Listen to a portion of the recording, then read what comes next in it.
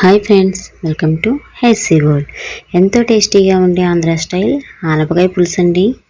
Prepare చేయడానికి ముందుగా మనం స్టవ్ పై ఒక కుక్కర్ని పెట్టుకుందామండి. దానిలో కర్రీకి తగినంత ఆయిల్ని వేసుకుందాము. ఇప్పుడు ఆయిల్ హీట్ అయింది కదండి. ఇప్పుడు కొద్దిగా జీలకర్ర, ఆవాలు, ఎండుమిర్చి వేసి ఫ్రై చేసుకుందామండి. ఇప్పుడు కట్ చేసుకున్న 2 పచ్చిమిర్చిని కూడా యాడ్ చేద్దాము. ఇప్పుడు కట్ చేసుకున్న ఆనియన్స్ని కూడా యాడ్ చేద్దామండి.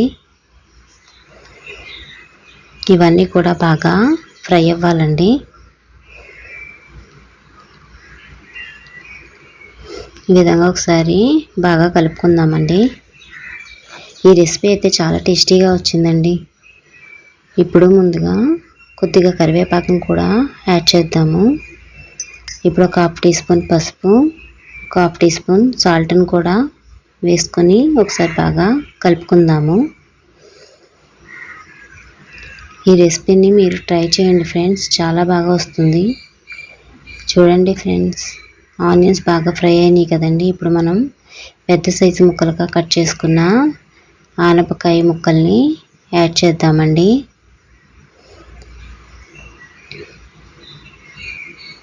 ఇవి బాగా మగ్గించుకుందాము.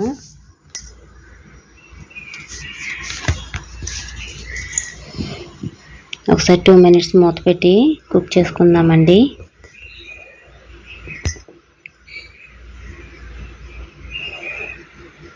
ఇప్పుడు మనం కట్ చేసుకున్న టమాటో ముక్కలను కూడా యాడ్ చేద్దాము. ఇవన్నీ బాగా కలిసేంత వరకు కలుపుకుందామండి.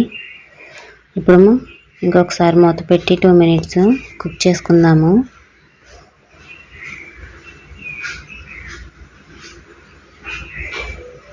ఇప్పుడు ఒకసారి బాగా కలుపుకుందామండి. ఇప్పుడు కర్రీకి తగినంత కారాన్ని కూడా యాడ్ చేసుకుందామండి.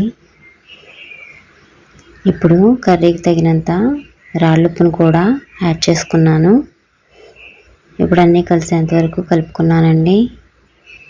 మళ్ళీ ఇంకో 2 మినిట్స్ మగ్గించుకుందాము. ఇప్పుడు కొద్దిగా 1 స్పూను అల్లం వెల్లుల్లి పేస్ట్ని యాడ్ చేద్దామండి. ఇప్పుడు అల్లం వెల్లుల్లి పేస్ట్ పచ్చివాసన పోయేంత వరకు కొంచెం కుక్ చేసుకుందామండి. చాలా సింపుల్ ప్రాసెస్ అండి. ఒక 1/2 టీ స్పూన్ ధనియా జీరా పౌడర్ని కూడా యాడ్ చేసుకున్నాను. ఇప్పుడు ఆనపకాయ ముక్కలు ఉడకడానికి మనకి 1 గ్లాసున్నర వాటరు పడుతుందండి. ఈ విధంగా వాటర్ యాడ్ చేసుకొని బాగా కలుపుకొని కుక్కర్ మూత పెట్టుకుని 3 విజిల్స్ వచ్చేంత వరకు కుక్ చేసుకుందామండి.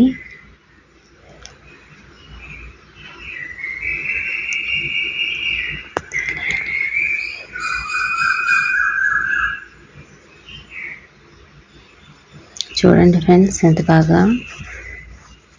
కుక్ అవుతుందో. ఇప్పుడు మనం చింతపండు రసాన్ని, 1 నిమ్మకాయ సైజ్ అంతా చింతపండుని తీసుకొని బాగా నానబెట్టుకొని జ్యూస్ తీసుకున్నానండి.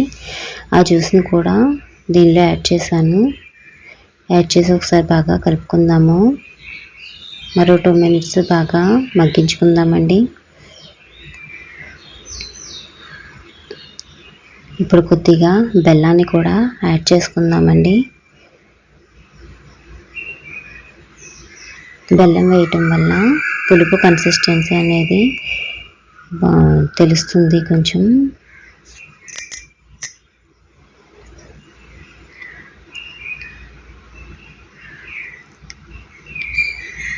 చూడండి ఫ్రెండ్స్, ఎంత చక్కగా వస్తుందో. పులుసు కొంచెం చిక్కబడుతుంది కదండి. ఇంకొక 2 మినిట్స్ మనం మగ్గించుకుందాము.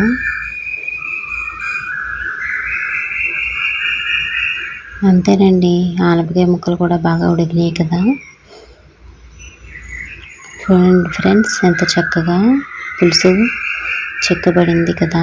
ఇప్పుడు మనం స్టవ్ ఆఫ్ చేసుకొని సర్వ్ చేసుకోవడమేనండి. ఈ రెసిపీ మీకు నచ్చినట్లయితే లైక్ చేయండి, సబ్స్క్రైబ్ చేయండి, అలాగే కామెంట్ చేయండి. Thank you friends.